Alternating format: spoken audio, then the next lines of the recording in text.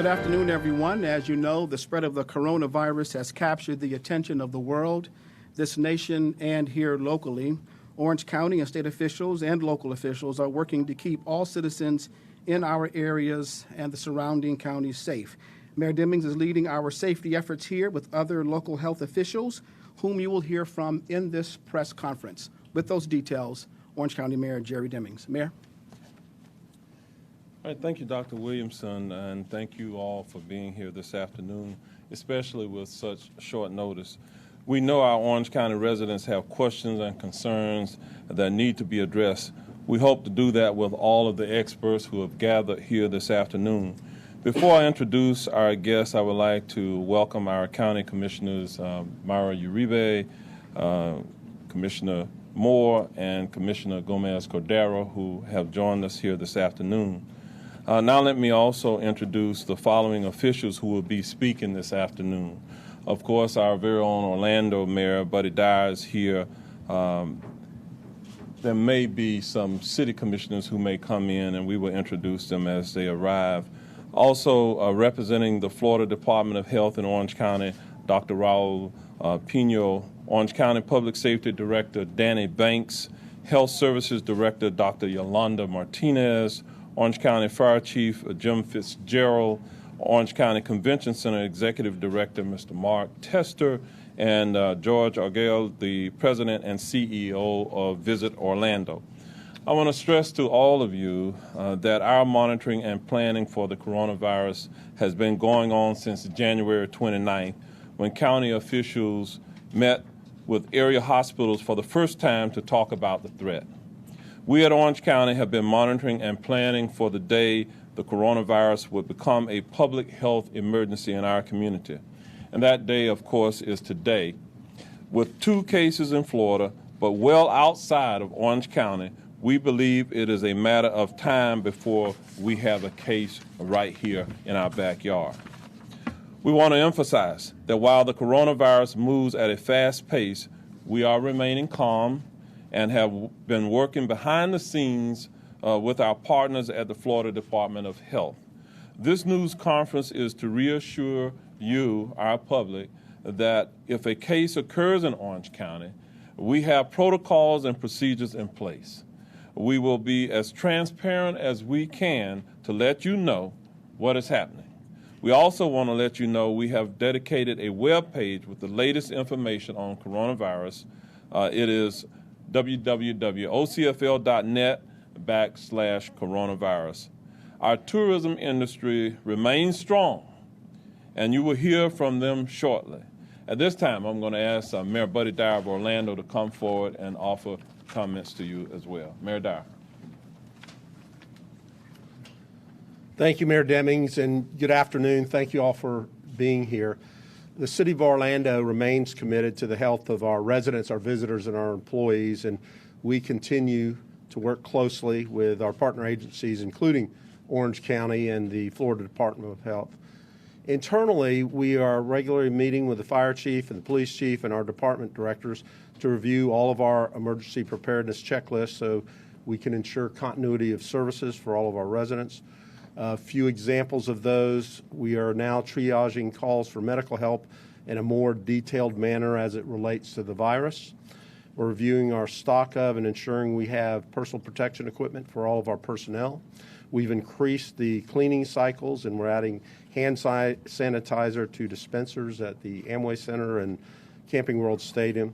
So we're taking responsible measures to ensure the City of Orlando is prepared and encourage everyone else to take care of themselves as you would during any cold or flu season.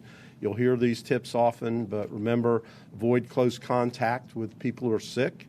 If you're sick, stay home, and remember to wash your hands, just like you tell your kids to do, at least 20 seconds each time. So we're prepared. There's no reason to panic. We have a long history of working with our partners, and we'll continue to follow the lead of Orange County and the Department of Health. And with that, I'd like to call on Dr. Raul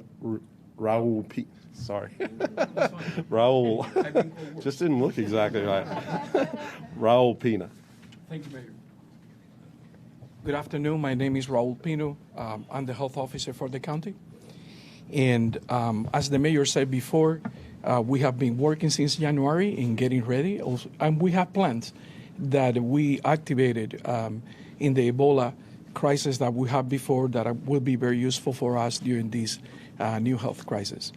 We have been following a group of individuals in our county that have come from those destinations. Today I can tell you that, and it's a number that changed by day, but today we are following less than 30 individuals in our county, and these are very, very low risk individuals. And we have protocols in place, and we follow this individual for 14 days. As we move into a new phase, with the epidemic rapidly evolving and having cases close to our county, we will move in our next phase, which is preparing for the eventuality that we may have a case and how we are going to act if it's a resident or if it's a traveler. And those situations are a little bit different each. But we are prepared to take the necessary steps from a political point of view, but also from a health point of view. We have received legal advice in how to isolate, quarantine, and encourage individuals to take the precautions that they need to in case that we are to face that. With the declaration of the public health emergency today by the governor and the state's surgeon general, it will bring additional resources as well as give us the ability to mobilize our staff rather quick in case that we need to protect and get into action. As I said before, the Department of Health is working closely with all our institutions in the county, including our health facilities, and we have tested individuals in the county for the disease and all being negative. Let me say this again, there is no reason to panic. We are ready to take on this if it comes to our county, and it may be a matter of time, but we are ready to isolate, contain, and protect individuals. Thank you very much. Oh, I need to introduce Danny Banks, our Director of Public Safety.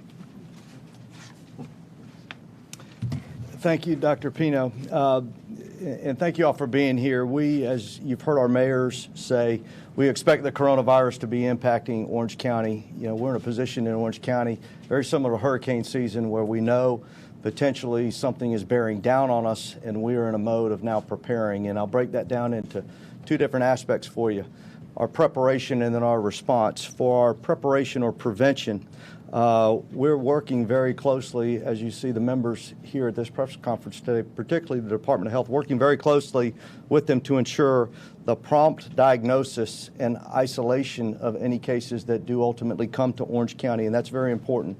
When we see those cases come into Orange County, it's important that we isolate them, diagnose them fully, start them on medical treatment, but then prevent them from spreading to other members of our community.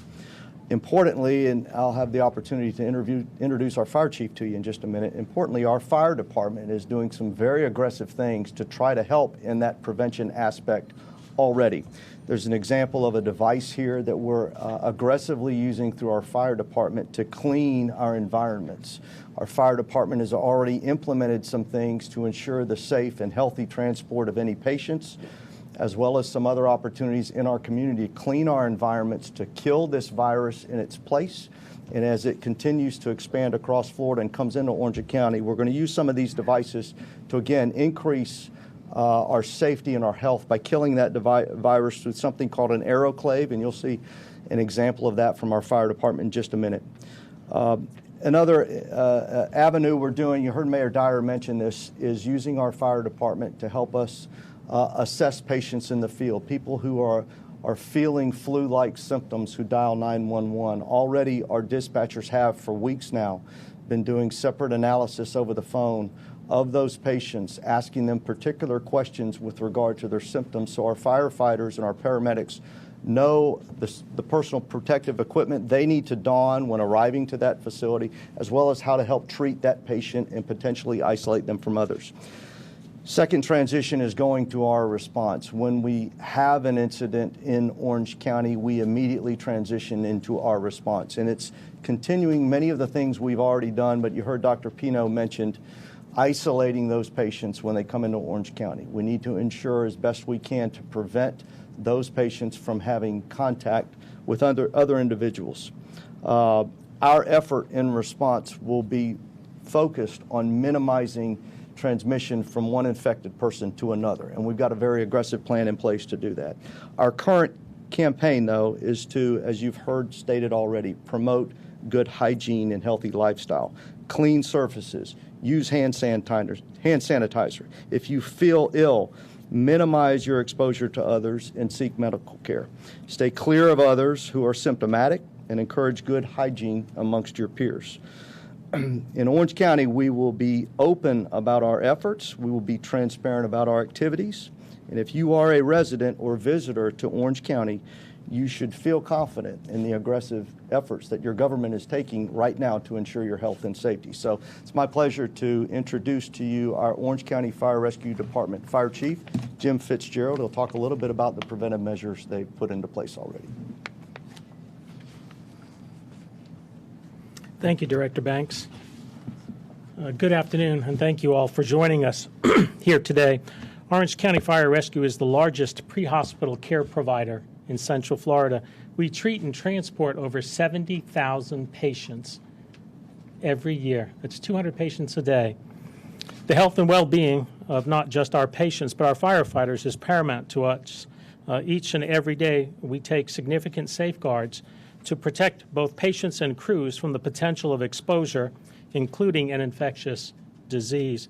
Firefighters, medics, and EMTs are often viewed as the front line in terms of providing patient care, when in fact, this care actually begins the moment you dial 911, and our highly trained dispatchers initiate a series of questions based on the CDC guidelines that'll help determine the initial level of response, as well as provide life-saving instructions if needed. Much of the medical equipment that we use is engineered for single patient use, and at the conclusion of every transport, crews complete a thorough decontamination process to prevent cross-contamination. As an enhancement to our daily efforts, OCFRD has acquired additional aerosol decontamination systems, and there's one in this room that we will show you this afternoon. The systems enhance our ability to disinfect the transport rescues that perhaps may be used in transporting a suspected COVID-19 patient. We are extremely fortunate in Orange County to have the continued support of Mayor Demings and the Board of County Commissioners that allow us and encourage us to seek equipment that we're going to show you here today, and allow us to enhance the training of our personnel as we provide care to the citizens and guests of Orange County. At this point, I'd like to introduce Mark Tester, the Executive Director of the Orange County Convention Center.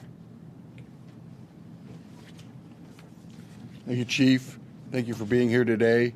The safety and well-being of our guests and attendees at the Orange County Convention Center is our priority. And we're putting swift, proactive measures in support of the CDC, and we're in constant contact with our clients and other Orange County Convention Center stakeholders. No conventions have canceled their conventions. Some have implemented handshake-free meetings, and noticed a lot more fist bumping around the convention center. The Orange County Convention Center has a disinfectant procedure in place for nightly and day cleanings during move-out and throughout conventions. Other precautionary measures include enhancing on-site communications, signage regarding safe traveler tips, increasing the frequency of cleaning and disinfecting bathrooms and other commonly touched areas like hand railing, door handles, and additional training for our Orange County Convention Center staff. We've also increased the number of hand sanitation sites around the Orange County Convention Center and the campus, providing alcohol-based hand sanitizer for all attendees and staff. And with that, I'd like to introduce George Aguel, President and CEO of Visit Orlando. Thank you, Mark. Good to be here on behalf of the tourism industry. Let me first point out that, as you know, our industry is well known for always making sure that safety is the #1 priority for our guests and our employees.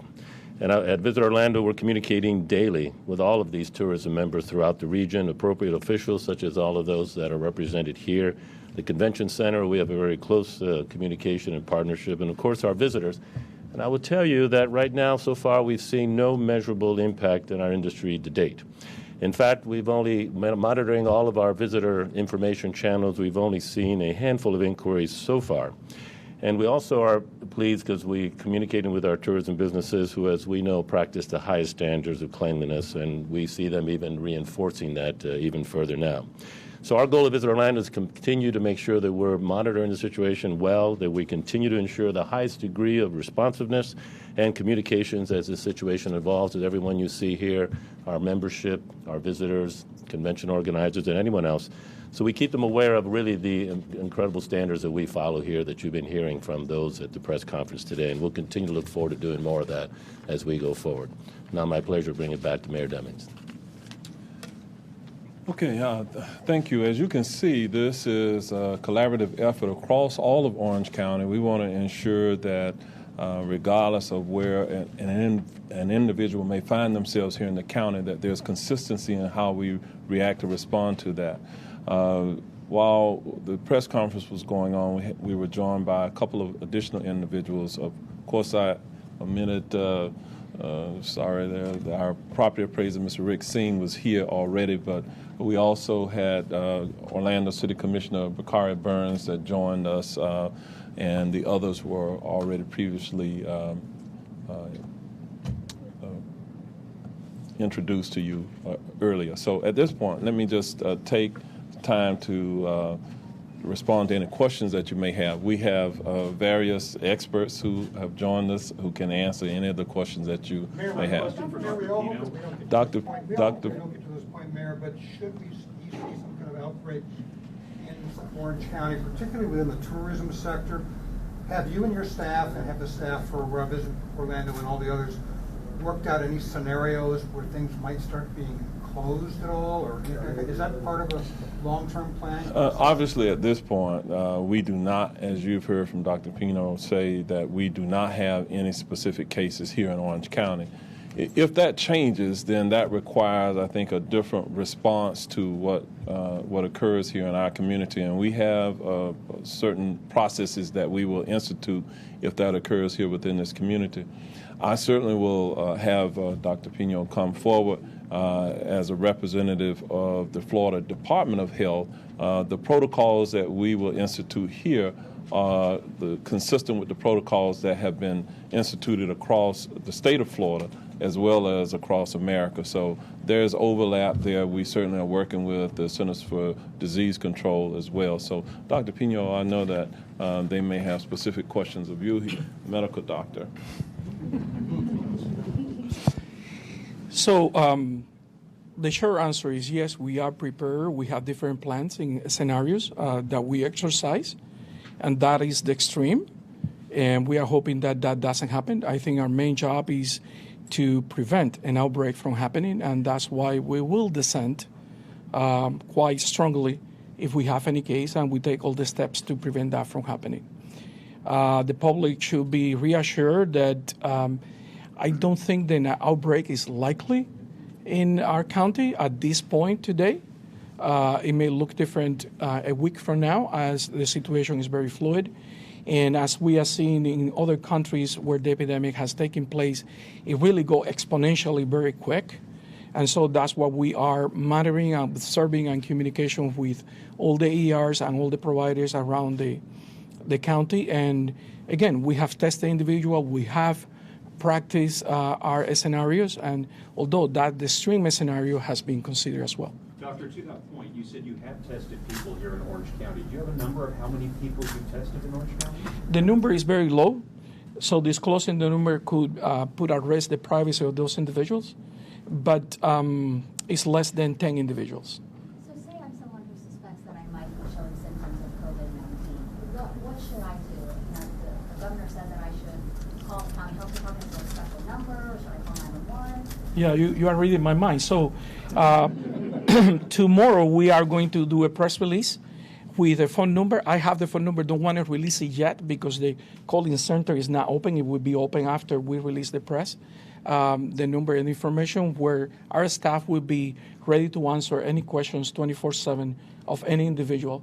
So the idea is, infectious disease doctors and ERs know who to call in the department and how to do this. We have exercised that. But we are going to add additional resources in case that the public feel the need to talk to us or someone may think that they may have. So we have an algorithm. There are three basically scenarios. One, an individual that has traveled to the area and has developed symptoms. An individual that, the other scenario is an individual that has developed symptoms, didn't travel to the area, but was in contact with someone who was diagnosed or someone who traveled to the area. And then a third scenario, now that we know there are some community transmission going on in the States, any individual who have developed symptoms and we don't have an explanation for the causes of their disease. So in those three cases, we will proceed and test. Other cases that is an explanation, we also in flu season, most people will not have this. Most people will have the common cold at this point. So more likely that would be the case. But it's also to the discretion of the doctors and the clinical care team what to do.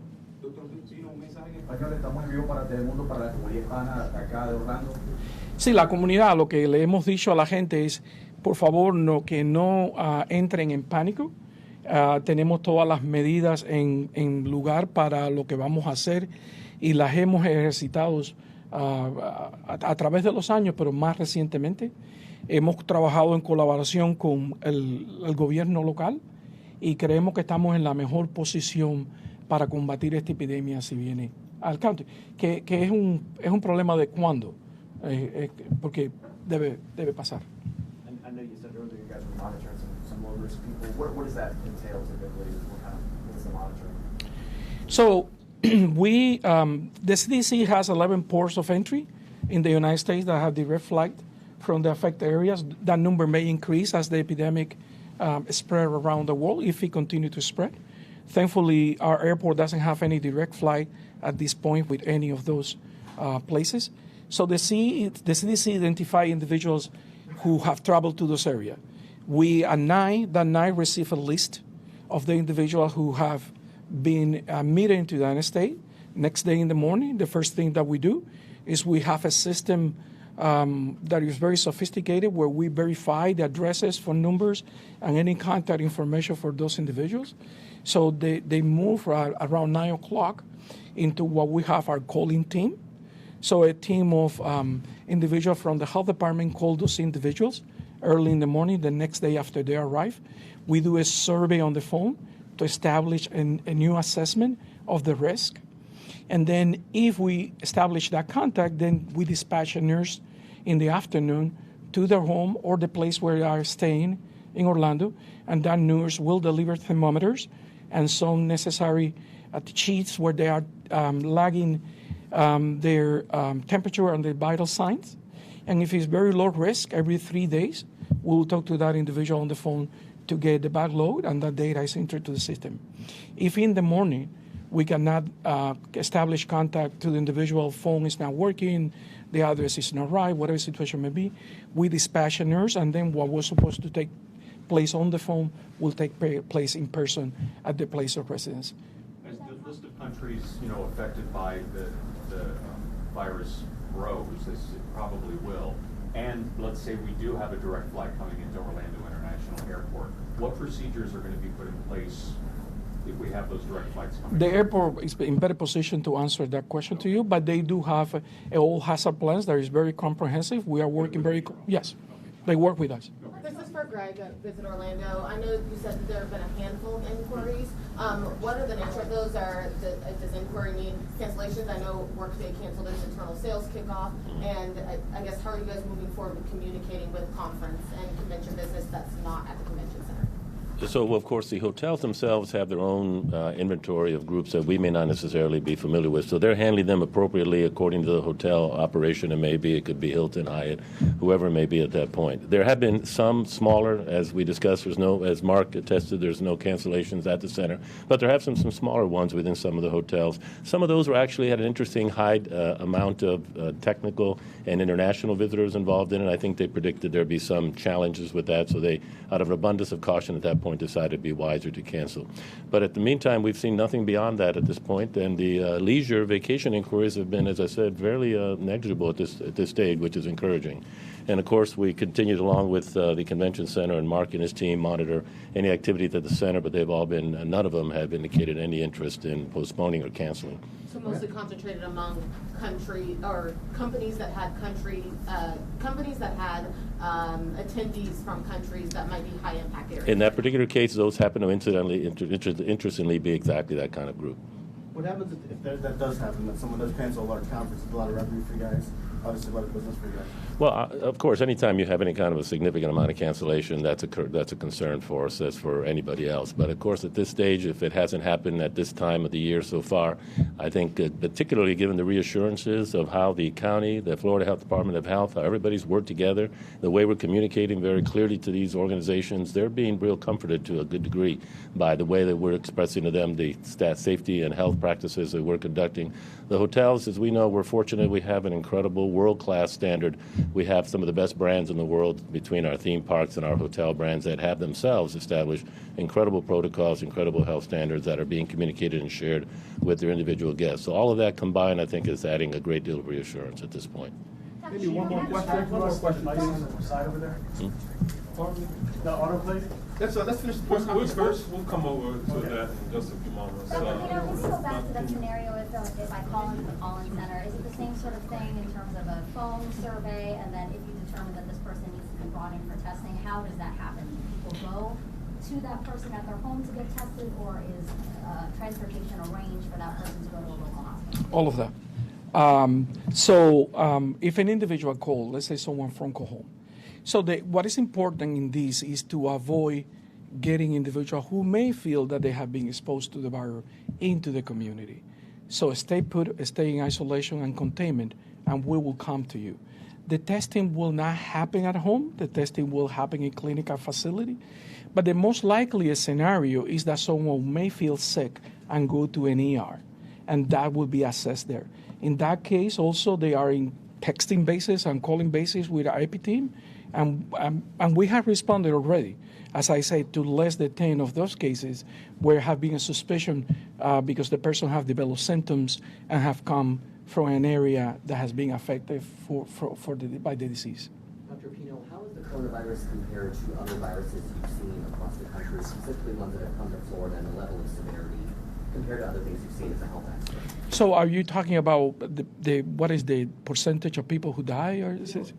That point, but as far as the symptoms go and just the level of severity. So it's a new infection. We know little, really. I think our concerns with regard to public health and transmission is are individuals who are asymptomatic able to transmit the disease. That's a critical point that we have to establish. And that has not been clearly defined, because that will change the nature of the epidemic. Because when the individual is sick and feeling symptoms, then you immediately look for care, and that will give us the ability to intervene.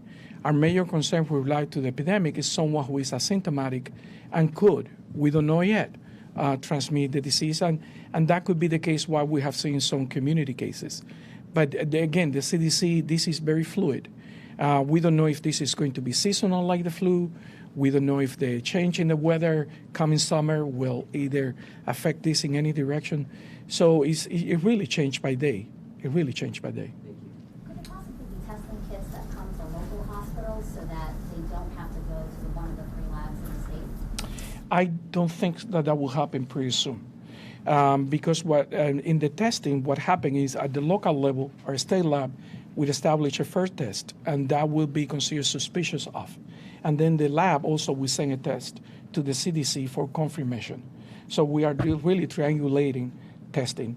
And you want to keep some control of the flow of testing that goes into the lab, so that the idea is to those who really need to be tested to get tested and get the results as soon as possible.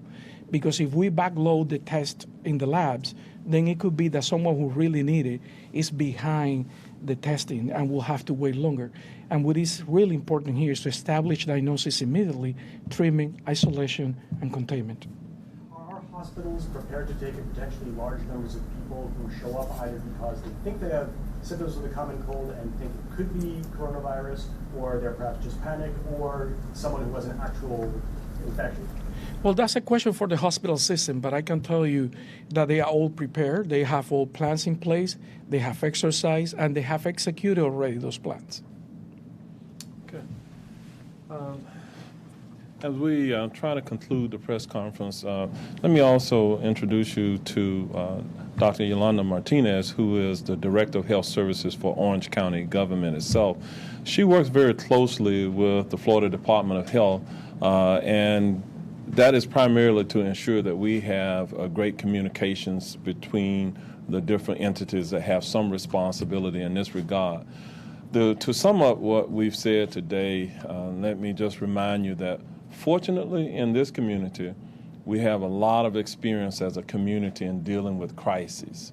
There's really no substitute for that experience that we have, and so I look at the potential for this crisis to be no different than any of the others that we have perhaps had to deal with previously. We have a group of experts who have trained, who have various protocols in place, and so I will say to all of you that we remain cautiously optimistic that if we are impacted directly by this virus, that we will be able to respond adequately to it to reduce the spread of the virus in this particular community.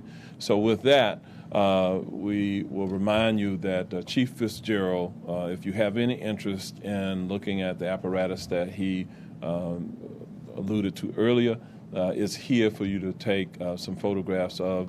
And if you would like to have any particular one-on-ones with specific individuals, we will try to make them available for you at this time. But thank you all for coming and participating in this press event this afternoon.